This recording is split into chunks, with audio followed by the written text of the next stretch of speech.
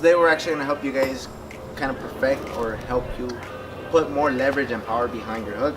They're going to be 4 separate drills that you guys could do at home, and if you guys have the equipment for these or for all of these drills, then try all of them. If you guys only have a certain amount of equipment, then use the drills that we show you guys or the equipment that you have at your disposal. There's 2 ways you can do this. One, if you're a beginner or you're novice, what I want you to do is kind of, you want to load up on your punch just so you can get the motion down. So you want to exaggerate the motion. So what you want to do is first, like if you're throwing across, you want to pivot your lead leg and load up your hip so you can generate power. And then once you're here, once your hips onto one side, I want you to unleash towards the other side while pivoting this lead leg as well. So this is the motion. So you're here, you're here. And if you're a beginner, I want you to practice this motion, and then you would add your lead leg tug, which is what we're going to isolate today. So what you're doing, you're loading up and then you're releasing.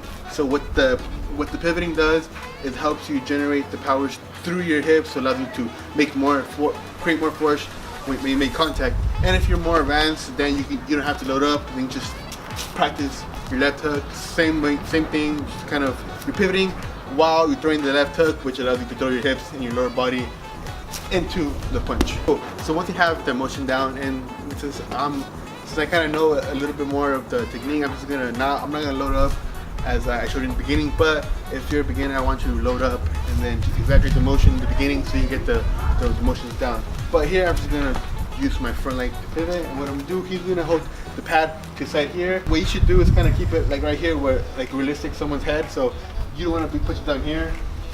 You can if you're doing body shots, but in this case we're doing head shots. And what you want to do is use the technique that I showed you in the beginning, or the technique that you know, and just isolate the hook and punch the pad. So what you're gonna do, and then you just do this over and over again until you feel you got it. Also remember, keep this hand, since we're not going to use it, keep it here just so you get used to keeping your hands up. Creating good habits.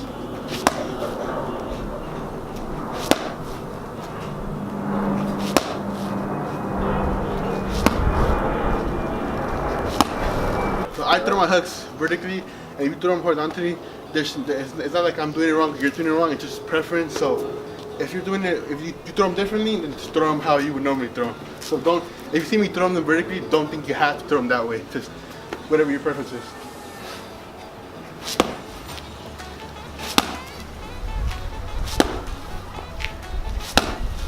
We're on the headband with the exact same concept. We can isolate the hook like we did with the pads, and we're gonna do the exact same thing. Keep your hand up and throw the hook.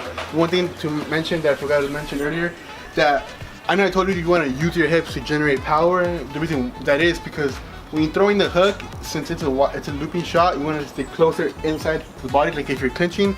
And once you're in the clinch, when it's overcrowded and you don't have time to wind up your punch and create momentum or create power. So what you want to do is you do the same thing, you create power, but with your hips, because you want to utilize the space you have, which is very limited.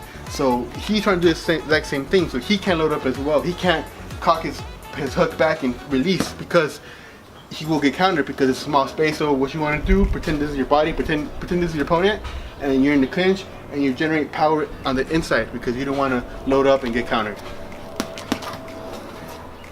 So again, I'm going to keep my right hand up, my left hand's going to come back as soon as I finish throwing the hook. So I'm generating power, and here in the back you can use more power, so be careful that you don't hurt your hand if you're not doing it properly. And also I recommend you wear wraps too. So here, hand up, here.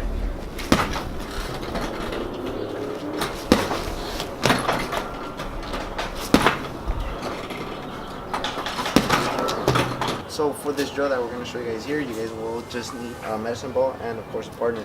If you guys don't have a partner, then you guys are also free to use this medicine ball on a wall. Although it's very difficult to find a wall where you guys could actually slam a medicine ball towards, especially if you guys are working like at your house or at a place where you guys don't necessarily have a lot of space.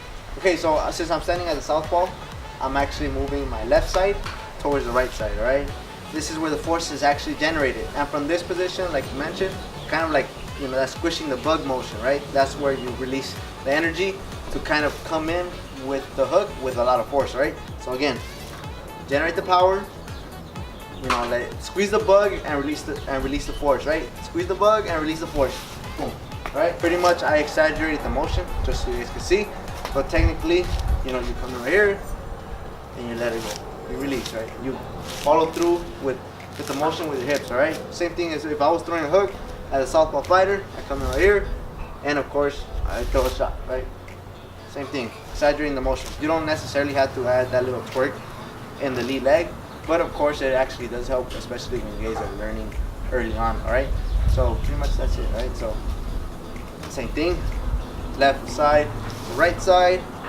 This is where the power is created, and of course, you release by releasing the ball towards the left side in this case, because he's standing on the left side, and I release, right? But just also one thing that I forgot to mention is be careful with the medicine ball.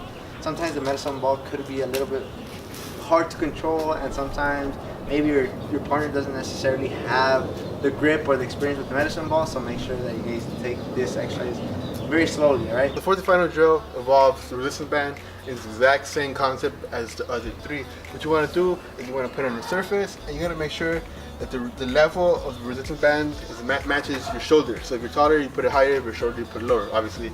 So in this case, what you want to do, what you don't want to do is stay close to here, and because there's no resistance. What you want to do is first put it shoulder level, and then you want to create some resistance in the band itself. So when you're throwing the punch, it's pulling you back.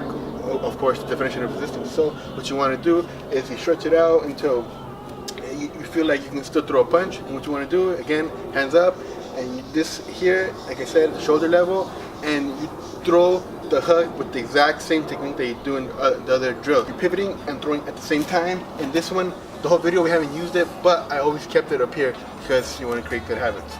So here, and then just throw it, and then you do this until, you know, you set the time, you set the amount of drills or the repetitions. This is up to you. We're just giving you the format. You guys create the formula. So here, boom, here.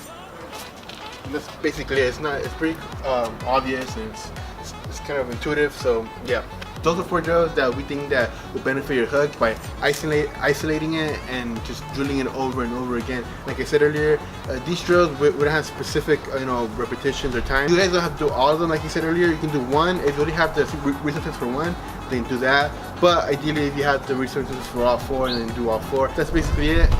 Everything you need to know is down below. We have our website, we have merch, we have Instagrams down there. So thanks.